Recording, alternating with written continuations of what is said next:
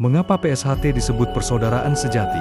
Persaudaraan Setia Hati Teratai, PSHT, tidak hanya dikenal sebagai organisasi pencaksilat, tetapi juga sebagai wadah pembentukan karakter melalui nilai-nilai luhur persaudaraan. Julukan persaudaraan sejati bukan sekadar nama atau slogan, melainkan representasi dari filosofi hidup yang dijalankan oleh para warganya. PSHT meyakini bahwa kekuatan sejati bukan berasal dari fisik semata, melainkan dari hati yang ikhlas, niat yang lurus, dan rasa persaudaraan yang tulus. Pertama, dasar ajaran setia hati. Inti ajaran PSHT adalah ajaran setia hati, yaitu menuntun manusia untuk mengenal dirinya, mengenal Tuhan, dan menyayangi sesama. Dalam ajaran ini, setiap orang diajarkan untuk memandang orang lain sebagai saudara, bukan sebagai musuh. Saudara dalam PSHT bukan hanya terbatas pada hubungan darah atau kekerabatan,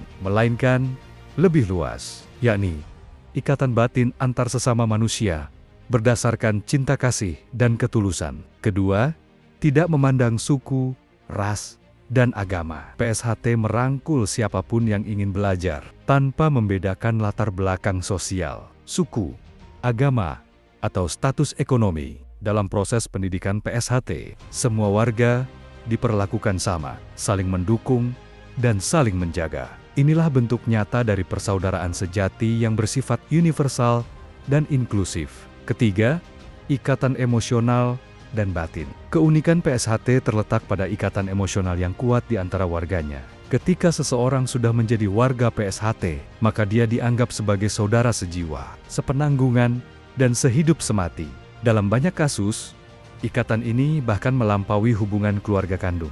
Dalam kondisi apapun, warga PSHT diajarkan untuk membantu saudaranya yang membutuhkan tanpa pamrih. Keempat, filosofi teratai. Bunga teratai lotus menjadi lambang PSHT bukan tanpa alasan. Teratai hidup di air yang keruh, namun tetap tumbuh bersih dan indah di atas permukaan. Ini melambangkan bahwa warga PSHT harus mampu menjaga kebersihan hati dan keindahan perilaku meski berada di lingkungan yang sulit. Teratai juga mengajarkan keteguhan hati dan kesabaran dua, nilai utama dalam menjalin persaudaraan sejati. Kelima, ujian mental dan spiritual. Dalam proses menjadi warga PSHT, seseorang tidak hanya diuji kemampuan fisiknya, tetapi juga keteguhan mental dan spiritualnya.